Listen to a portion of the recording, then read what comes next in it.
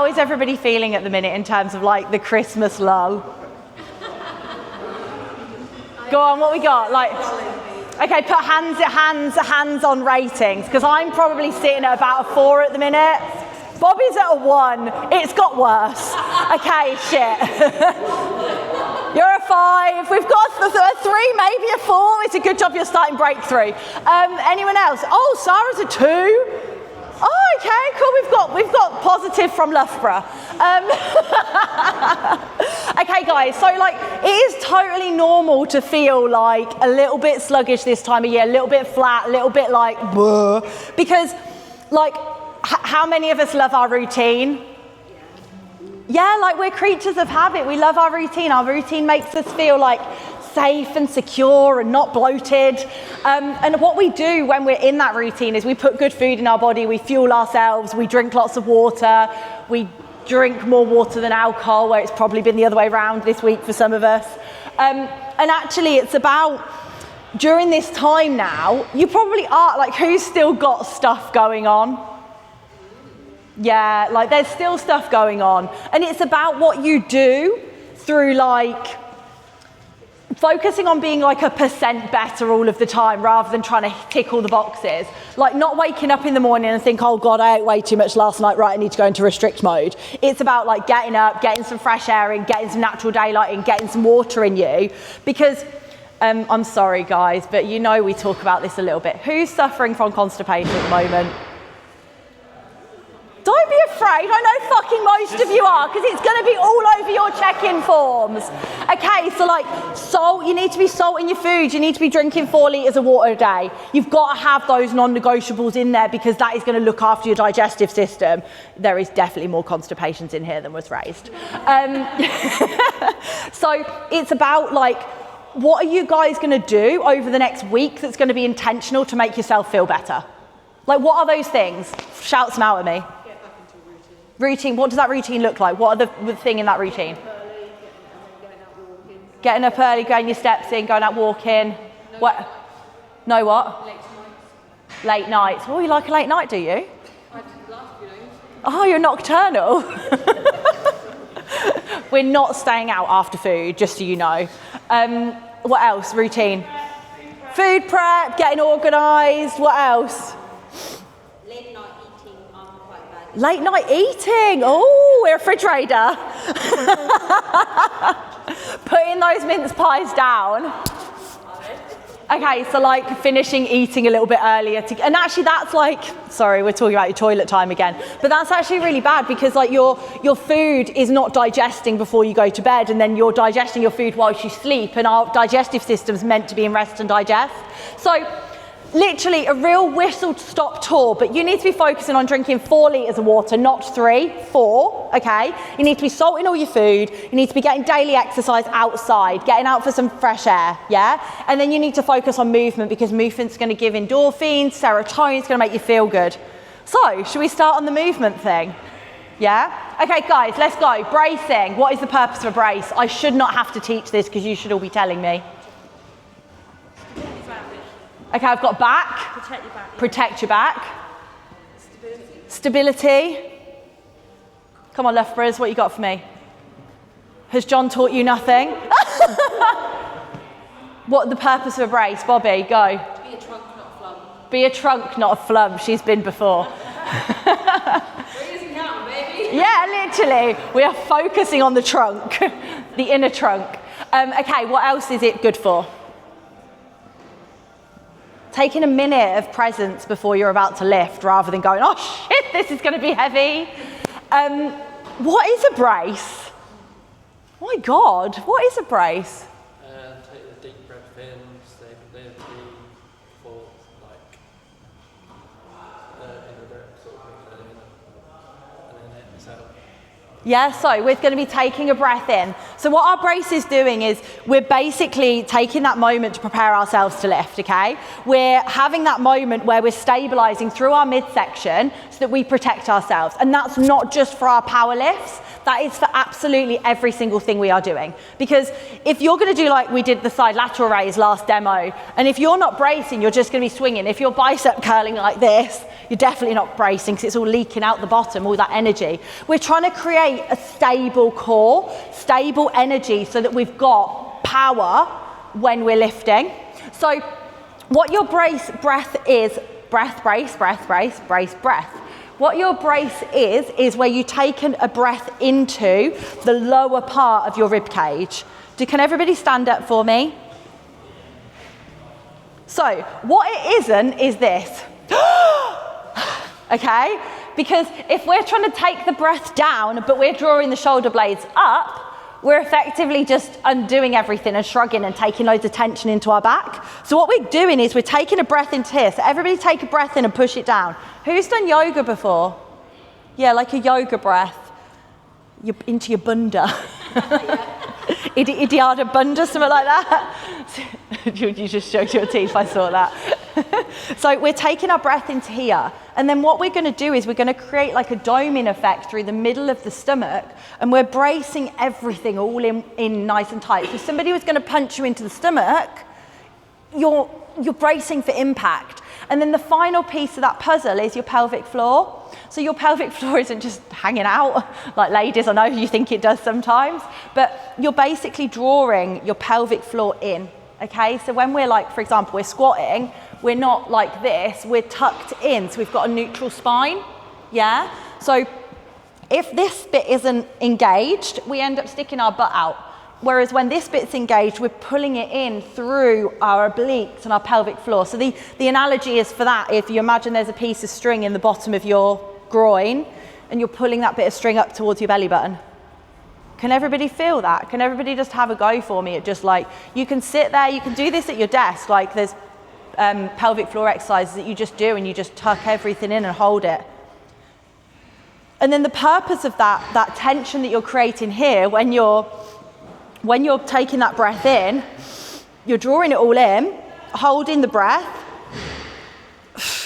releasing the breath at the top and then resetting. A lot of people that you see when they deadlift is they like multiple reps, they just bounce the weight on the floor. They're not bracing in between their reps. We want to take that time to be able to reset in between every movement. So I'm going to warm you up now with a couple of core exercises. So I just want you to literally find a space on the floor and we're literally going to start off with a basic plank. And I want you to think about that bracing exercise that you've done and actually feeling that plank in that area of your core. Hello. Okay guys, so literally with your plank, you're just going to drop down onto your forearms. And what you're going to do is you're going to rock your body weight forward so your shoulders are over the top of your elbows, okay? And you're just going to tuck the pelvic floor in. I want you to focus on actually tucking that pelvic floor in because that's going to activate, you can hear my voice shaking, the lower part of your tummy.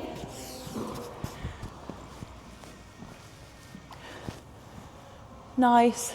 Lucy, just try and relax the shoulder blades.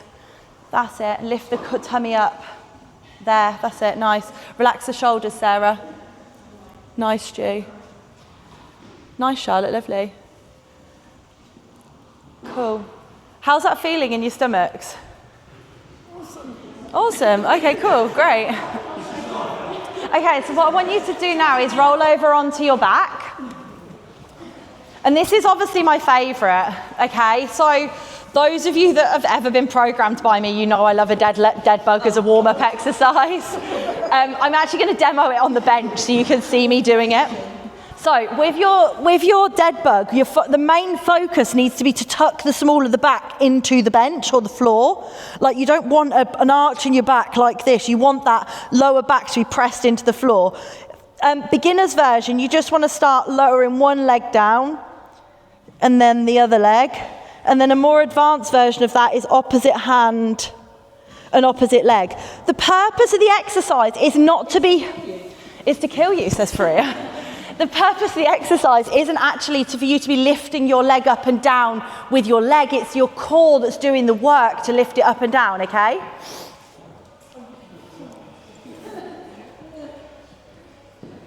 And really focusing on pushing the small of the back into the floor so that you're actually using that lower part of your abdominal muscles rather than just for lifting the leg up and down. Can I have 10 on each leg, please? Groans and grunts. Okay, so I'm literally gonna raise this one. I'm gonna give you a more advanced one, which some of you have been programmed by me. So I'm gonna show you a Copenhagen hold. Bobby and Ben know about this. Graham, you have them. I haven't ever seen a video, so. I have them as well. I see you. So with your Copenhagen hold, what you're effectively doing is it's actually going to be helping you warm up your hips and your abductors and your adductors, if I said those the right way around. So you're going to rest one foot on the bench and the other foot is going to come up and meet it, okay? So you're going to get all the sides body, but you're also going to get your hips and your inner thighs as well. If you want to have a go at them, you probably just want to hold it for about 2 or 3 seconds and then drop down and try again. Have a go. Like, what are you going to lose? If it's this side of the room, Jules, come on, I want to see this. If it's too tough, then just do a side plank for me, but I'd like you to have a go. There's some other benches over the other side as well. Nice, Graham. He's like, fuck you, Kate.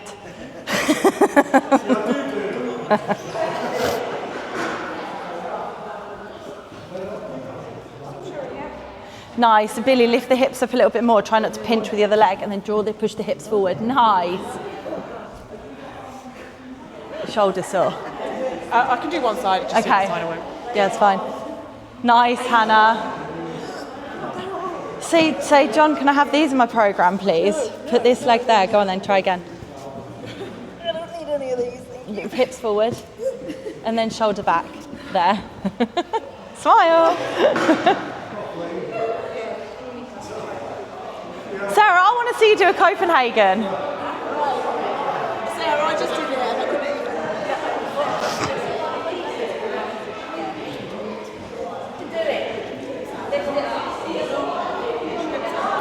When you say out, which way? Yeah, that's it. And then lift this leg up. And he's like, and he's in here. You're like, is this meant to feel like this? Oh my Lord. Nice, and then just a quick try on the other side, guys, and we're going to do some glute activation, then we're going to get started.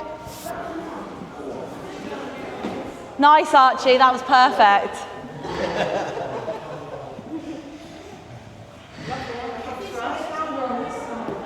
You can definitely feel it on one side more. Oh no, that side says no. Go on, Hannah. That side says no. Is cover bracing. The reason I do is because it is the foundation of everything you do. The last piece of the puzzle for bracing is your upper back. So obviously if you've got for thinking of our power lifts, the main purpose of us having a strong back, I mean, Freya, we're just need to build the back, just need to build the back, just need to build the back. Hannah will relate to that.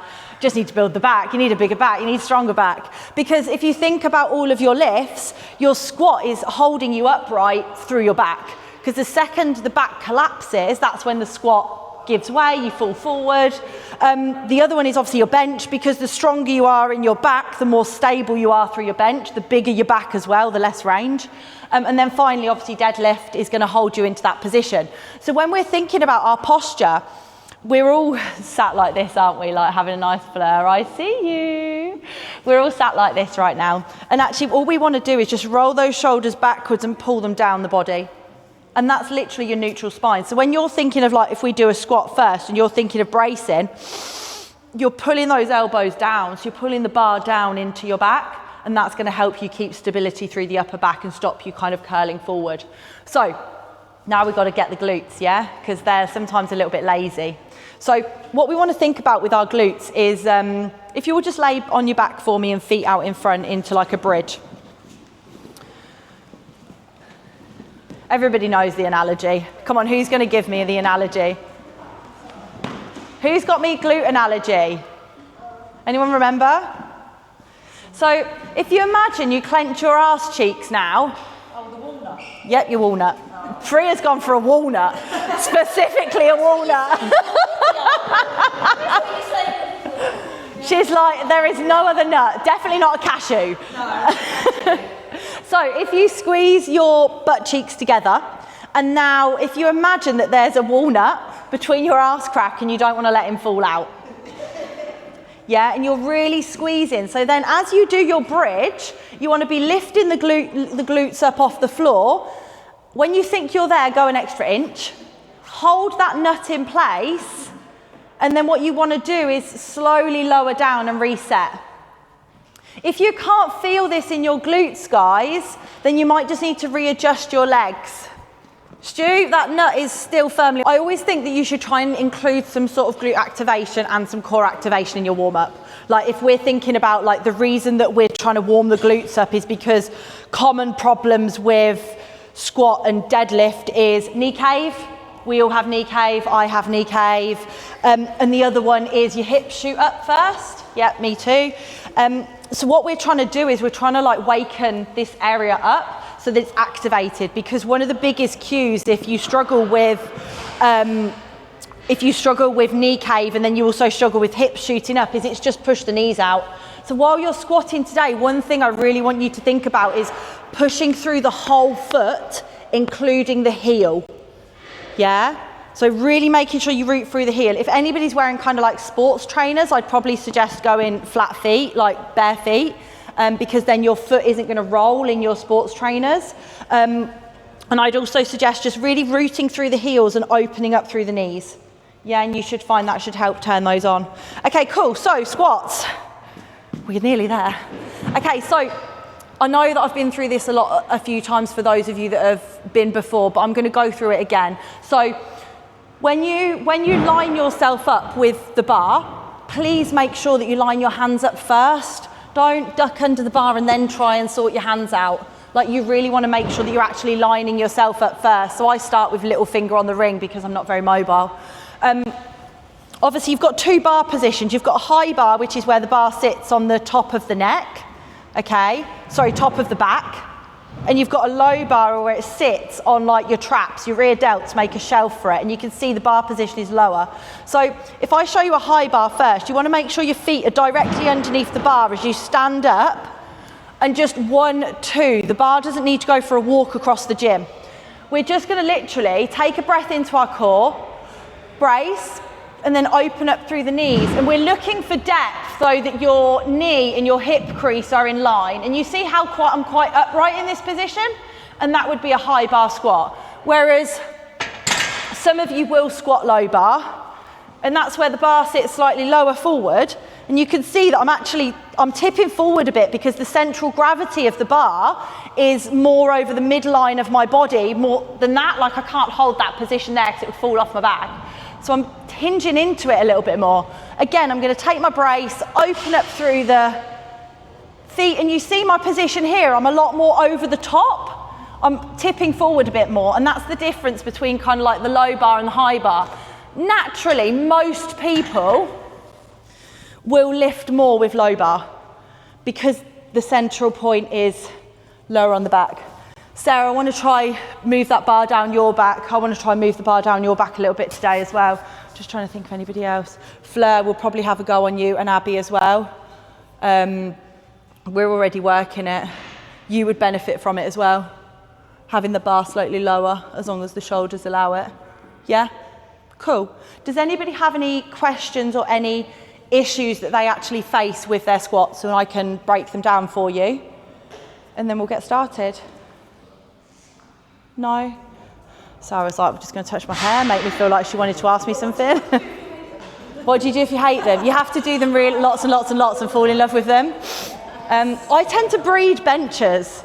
Like I get everybody liking bench for some reason, which is quite weird for women. But yeah, any questions at all? No? Okay, cool guys. So you're going to be in groups of 3, 4 on a rack. You need to be efficient, yeah? We've got like 45 minutes kind of on each exercise, and then we will be moving on. So if you are wanting to max out and you want to PB, you need to be efficient with your group, okay? Obviously there's a lot of people in here. Del, Lucy's here. Lucy, give us a wave.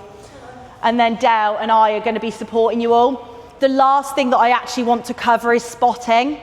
Can I just borrow...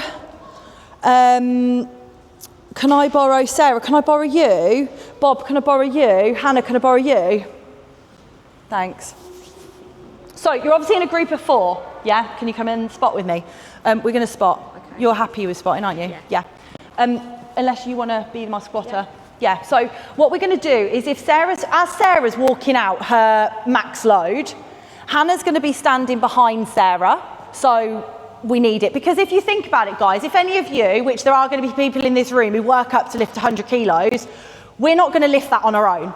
It needs to be a collaborative effort for all of us to help get it back in the rack. And you need to be, Graham, this one's actually aimed at you, paying attention. So I need everybody present for this bit, because this is the health and safety bit. So with your spotting, you need to be paying attention as they are walking out of the rack and you are putting them back in the rack. Yeah? So Sarah's going to unrack herself. And what Bobby's going to do is she's going to have kind of like one hand, and I'm going to have one hand here in case she needs it. Yeah? The other trick as well with spotting is you want to actually have the bar so that it links in with the hand. So if you need to, sorry Sarah, I'm just going to pull you forward. If Sarah needed to, we could just pull her in like this. So we've got our arm on it and not just our hand. Does that make sense? Yeah? So we're linking under here as well as our hand. And that's just for safety. Sorry, Sarah, go again. So Sarah's going to unrack. Bobby and I are paying attention. Hannah's watching the bar move. Sarah's going to step backwards. And as Hannah's behind her, she's just here like this. So if Sarah needs a little cuddle here, she can help squeeze her up or hold onto the top of the bar, and Bobby and I are standing at the side of the bar. Is everybody happy with that and clear? Don't overthink it, guys. It's not too much. I just needed you to pay attention. So as Sarah then squats, Bobby and I are going to actually drop down with Sarah and then drive up. Nice. And then she finishes her set, and we're all going to walk her in together. And then we're going to make sure she's in the rack. Yeah? Any questions on that at all? I just needed to go through that because last time there was some questionable spotting. And I just want to make sure everybody is safe and everybody knows what they're doing. Yeah, because you're all here to work together. Happy? More quiet approach and didn't work, so I went for the loud and garish one. How did everybody enjoy squats? Did they take something away in terms of like a lesson and how they felt? And who hit a PB? Oh my God, that's so many of you. That's so good. Are you all buzzing? Yes. Yay, PBs. Okay, so we're going to move on to bench now. So obviously I teach bench as a powerlifter, and I'm going to talk through like the key differences in how they kind of stabilize and how you can actually enhance your setup so that you actually get a better position on the bench, which makes you more stable, so hopefully you can then lift more load. So if you're thinking about like your setup on the bench, what you want to think about is your feet want to be like near the front of the bench. They don't want to be like out here somewhere, because you're actually going to be pushing through your feet. When you then sit on the bench, your bum wants to be probably closer to the bottom of the bench. And when you actually unrack, you want to be lined up so that your eyes are level with the bar, okay?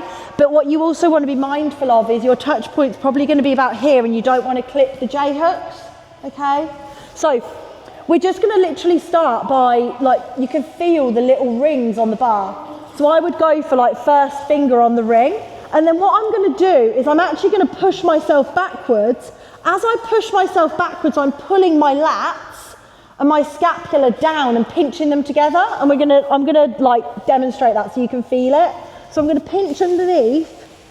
And then what that does is it gives me, this thing's in the way. It gives me like a little bit of an arch in my back. And that's totally safe because we're going to be bracing into our core. Okay? So then as we unrack, we're going to lift up and hold the bar at the top. We're not just going to drop it on ourselves. As we lower down, I want you to imagine that you're going to rip the bar apart as you pull it down, and you're going to touch around low pec boob area, and then you're going to push the bar backwards, okay? And the whole time you're pushing through your legs. Yeah? So, what commonly happens with like bodybuilder benches is that you lift the bar out and you flare your elbows like this. And what this does is it means that we've got no stability here. So we're just kind of like wavering them around. So what we're trying to do by pinching our shoulder blades underneath ourselves is to create more stability. So when we're in this position here, there's not really a lot I can do other than press. So a lot of you tend to still unrack the bar and have it placed here. So what we want to do is we want to bring it forward. And as we bring it forward, we're pulling those shoulder blades down. So when you're in this position here, I just want you to hold your hands out like this. Sorry, I've just been staring at that light and it's literally made my eyes go funny. So what I want you to do is pull your shoulder blades down and pinch them together. And you see how when you naturally do that, don't beat anybody up, Billy. When you naturally do that, your chest lifts up. Yeah, and as you pull the bar, pull down, pull backwards, pull the elbows back. Where can you feel that? Yeah, between your shoulder blades and like your middle back. That's going to stabilise you. Yeah? So, Jen, can I borrow you? So if Jen sit on the bench, face that way for me, darling. You've got glitter in your hair, how exciting. So if you put your hands out like that, and if I go like this to Jen, I've just literally pulled her shoulder blades back and down, and then that's caused her to lift her chest up more. Okay? And that's what we're looking for. You can go now. Thank you. And we're looking for our feet to be tucked back. Like we're actually going to use them to push through. We don't want them to be like here. I have seen this before. We want them to be like rooted into the floor, yeah? So we can push through them. Does anyone have any questions on that setup? No? Common problems, like a lot of people have like quite a tight chest because of our postures, and we don't have a lot of strength in our back. So our job is to try and find a little bit more flexibility through here and to create that strength through there, and also to mobilise through your thoracic, so mobilise through your middle back so you can actually achieve that position a little bit better. And form overload. Okay, so like if your form is breaking down, I am literally 100% comfortable to you, tap you on the shoulder and say, put the bar down. Like you cannot like put yourself at risk just to lift a bit more weight. And it's quite easy to because it's quite an egotistical lift, like picking something off the floor. So first things first then, obviously with our deadlift position, what we want to be doing is making sure that we are bracing into the core, setting the posture like we did at the beginning. So we're rolling the shoulders backwards and lifting the chest up. The feet want to be hip width apart. So does everybody know where their hips are? Because some people seem to think they're here.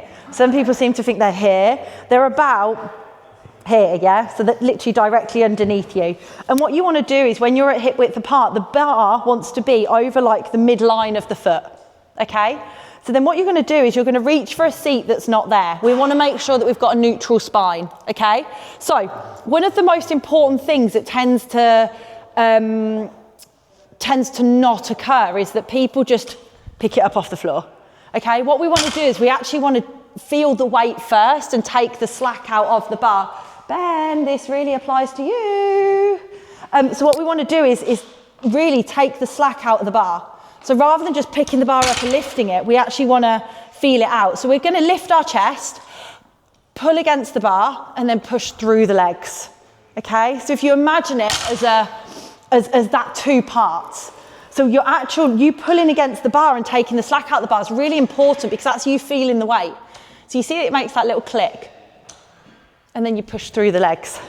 Other things to think about is chest up, shoulders back, yeah? So you want to be nice, long, relaxed arms. Obviously, the longer the arms, the easier the pull's going to be. And you want to make sure that your chest, your shoulder, and like your heel are all in line, yeah? So you don't want to be over the top of the bar because when we get to here, we'll be struggling to lock it out. But it is quite technical. There's a lot of different technical breakdowns that you'll probably experience as you go through it, but that's just the basics. So feet hip width apart, chest up, so we've got a nice neutral spine, bracing into the core, and then remembering to pull against the bar first to take the slack out of it, and then pushing through the legs. Any questions? No? Let's do it. Let's finish off then. Let's get this last one out of the way.